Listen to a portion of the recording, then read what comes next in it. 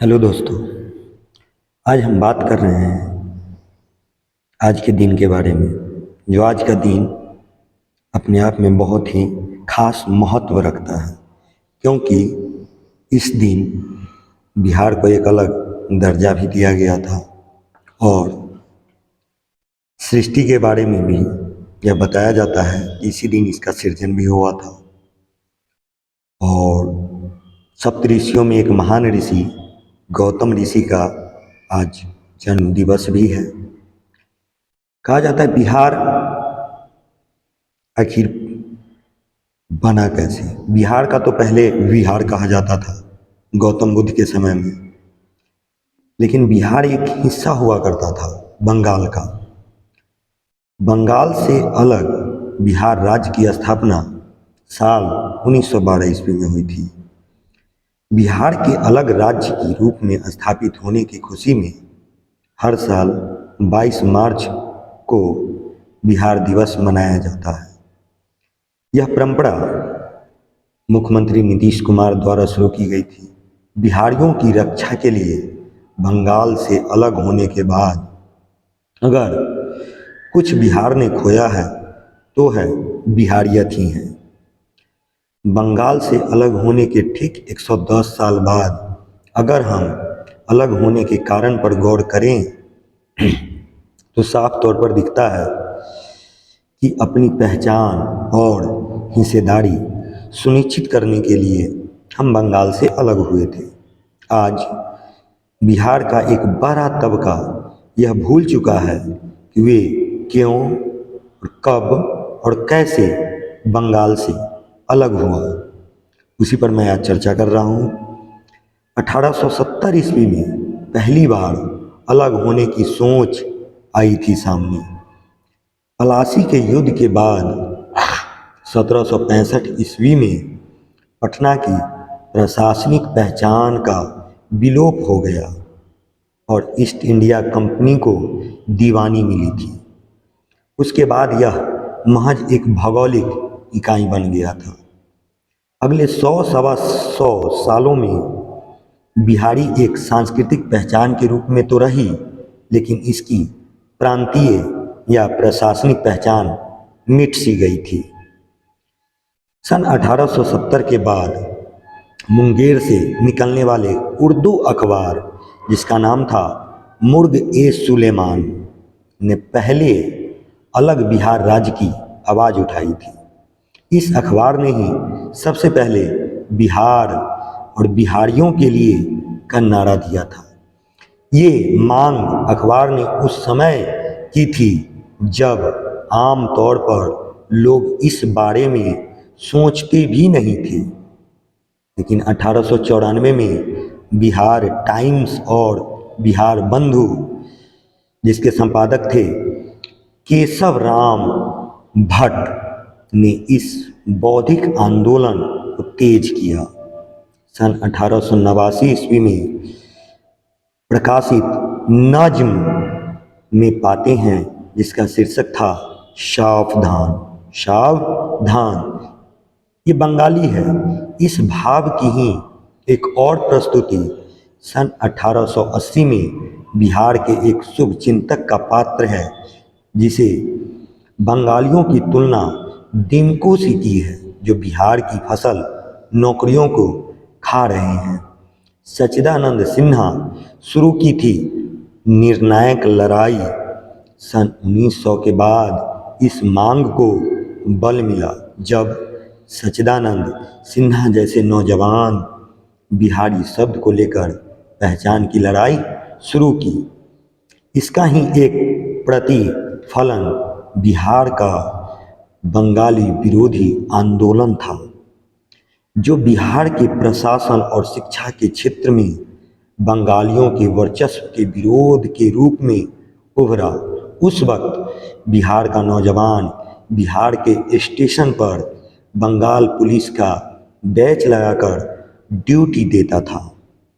आमतौर पर यह कहा जाता है कि ब्रिटिश सरकार ने बंगाल के टुकड़े करके उभरते हुए राष्ट्रवाद को कमज़ोर करने का प्रयास किया, लेकिन बिहार को बंगाल से अलग होने का, बिहार से बंगाल को अलग लेने का निर्णय के पीछे का कारण बिहारी की उपेक्षा भी थी। LSSO मैली से लेकर VCP चौधरी तक विद्वानों ने बिहार के बंगाल के अंग के रूप में रहने के कारण बढ़े पिछड़ेपन की चर्चा की है। इस चर्चा का एक सुंदर समाहार गिरीश मिश्रा और ब्रज कुमार पांडे ने प्रस्तुत किया है। सबने माना है कि बिहार का बंगाल से अलग किए जाने का कोई बड़ा विरोध बंगाल में नहीं हुआ। यह लगभग स्वाभाविक सा ही माना गया बिहार को लेकर, क्योंकि उस समय बिहार को लेकर लापरवाह भी थे अंग्रेज। पिछड़ता जा रहा था ये इलाका। बिहार के अलग प्रांत के रूप में स्थापित होने से पहले अंग्रेज भी बिहार के प्रति लापरवाह थे। यह इलाका उद्योग धंधे से लेकर शिक्षा, व्यवसाय और सामाजिक क्षेत्र में लगातार पिछड़ता जा रहा था। दरभंगा महाराज को छोड़कर बिहार के किसी बड़े जमींदारों को अंग्रेज महत्व नहीं देते थे। स्वाभाविक था कि बिहार को बंगाल के भीतर रहकर प्रगति के लिए सोचना संभव नहीं था। स्कूल से लेकर अदालत और किसी भी सरकारी दफ्तरों की नौकरियों में बंगालियों का वर्चस्व बिहारियों का दोयम दर्जे का नागरिक बना दिया था। बिहार बंधु ने तो यहाँ तक लिख दिया कि बंगाली ठीक उसी तरह बिहारियों की नौकरियाँ खा रहे हैं जैसे कीड़े खेत में घुसकर फसल नष्ट करते हैं। सरकारी मत भी यही था कि बंगाली बिहारियों की नौकरियों पर बेहतर अंग्रेजी ज्ञान के कारण कब्जा जमाए हुए हैं। सन 1872 में तत्कालीन लेफ्टिनेंट गवर्नर जॉर्ज कैंपबेल ने लिखा है कि हर मामले में अंग्रेजी में पारंगत बंगालियों की तुलना में बिहारियों के लिए असुविधाजनक स्थिति बनी रहती है। बंगालियों का था प्रशासन पर भी कब्जा। आंकड़ों के आधार पर कहा जा सकता है कि उस वक्त बिहार के लगभग सभी सरकारी नौकरियां में बंगाली के हाथों में थी। बड़ी नौकरियां तो थी ही, छोटी नौकरियां पर भी बंगाली ही हैं। जिलेवार विश्लेषण करने और करके पत्र ने लिखा कि भागलपुर, दरभंगा, गया, मुजफ्फरपुर, सारण, शाहाबाद और चंपारण जिले के कुल 25 डिप्टी मजिस्ट्रेटों और कलेक्टरों में से 20 बंगाली हैं। कमिश्नर के 2 सहायक भी बंगाली है। पटना के 7 मुंसिफों भारतीय जजों में से 6 बंगाली है। यह स्थिति सारण की है, जहां 3 में से 2 बंगाली है। छोटे सरकारी नौकरियों में भी यही स्थिति दिखती है। मजिस्ट्रेट, कलेक्टर, न्यायिक दफ्तरों में 90% क्लर्क बंगाली है। यह स्थिति सिर्फ जिले के मुख्यालय में ही नहीं थी, सब डिवीजन स्तर पर भी यही स्थिति है। म्यूनिसिपैलिटी और ट्रेजरी दफ्तरों में बंगाली छाए हुए थे। बंगालियों को ही मिल रही थी उस समय सभी नौकरियां। जिस कालखंड में बिहार बंगाल से अलग हुआ, उस वक्त 10 में से 9 डॉक्टर और सहायक सर्जन बंगाली थे। सभी भारतीय इंजीनियर के रूप में कार्यरत बंगाली थे। अकाउंटेंट, ओवरसियर एवं क्लर्कों में से 75% बंगाली ही थे। जिस दफ्तर में बिहारी शिक्षित व्यक्ति कार्यरत हैं, उसको पग पग पर बंगाली क्लर्कों से जूझना पड़ता था। पटना कॉलेज तक को बंद कराने की होने लगी थी बात। अंग्रेजी शिक्षा के क्षेत्र में भी बिहार ने बहुत कम तरक्की की थी। सब कुछ कलकत्ता से ही तय होता था। कारण यह था, इसलिए बिहार में कॉलेज भी कम ही खोले गए थे। बिहार में बड़े कॉलेजों के रूप में पटना कॉलेज था, जिसकी स्थापना 1862 से 63 में की गई थी। इस कॉलेजों में बंगाली वर्चस्व इतना अधिक था कि 1872 में जॉर्ज कैंपबेल ने यह निर्णय लिया कि इसे बंद कर दिया जाए।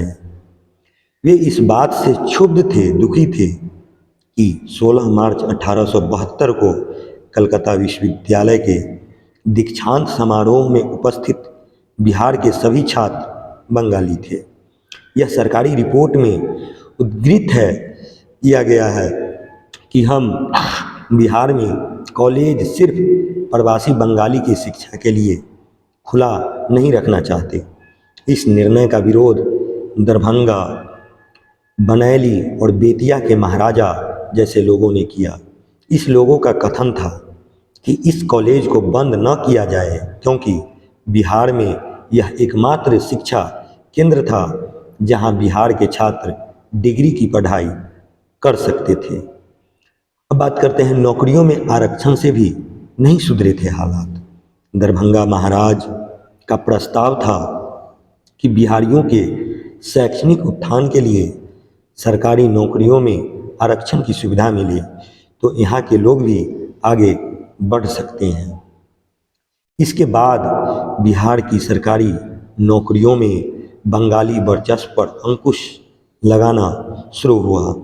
सरकारी आदेश दिए गए कि जहां रिक्त स्थान हैं उनमें उन बिहारियों को ही नौकरी पर रखा जाए। सरकारी विज्ञापन छापा करते थे, बंगाली बाबुओं को आवेदन न करे।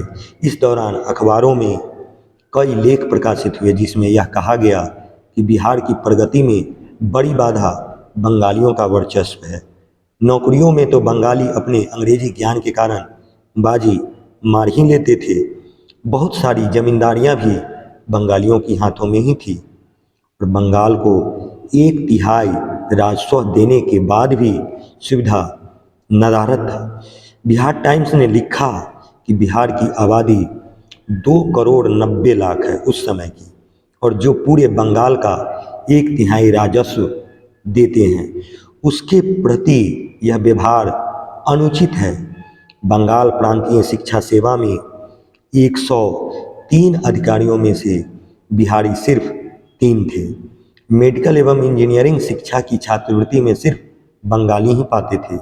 कॉलेज शिक्षा के लिए आवंटित 3.9 लाख में से 33,000 रुपया ही बिहारी के हिस्से आता था।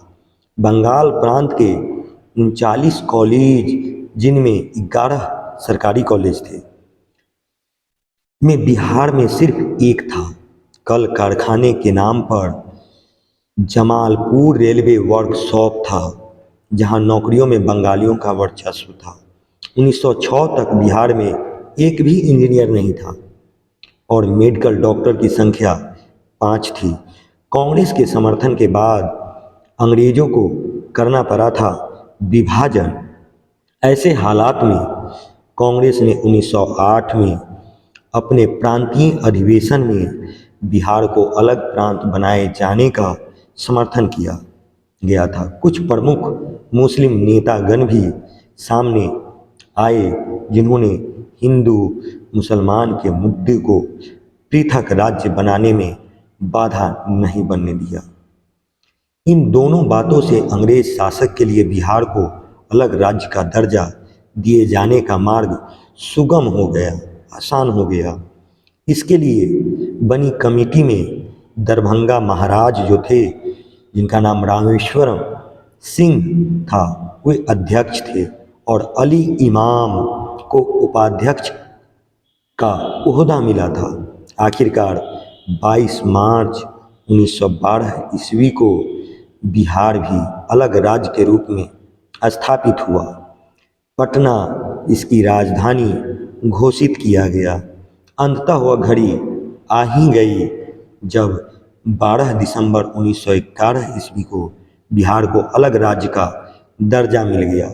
बिहार की पहचान उसे 1945 वर्ष बाद उसे प्राप्त हुई थी, जो बिहार ज्ञान की धरती भूमि हुआ करती थी, जहाँ कभी गौतम बुद्ध का कर्म भूमि, गांधी का कर्म भूमि जो बिहार से प्रारंभ होता है,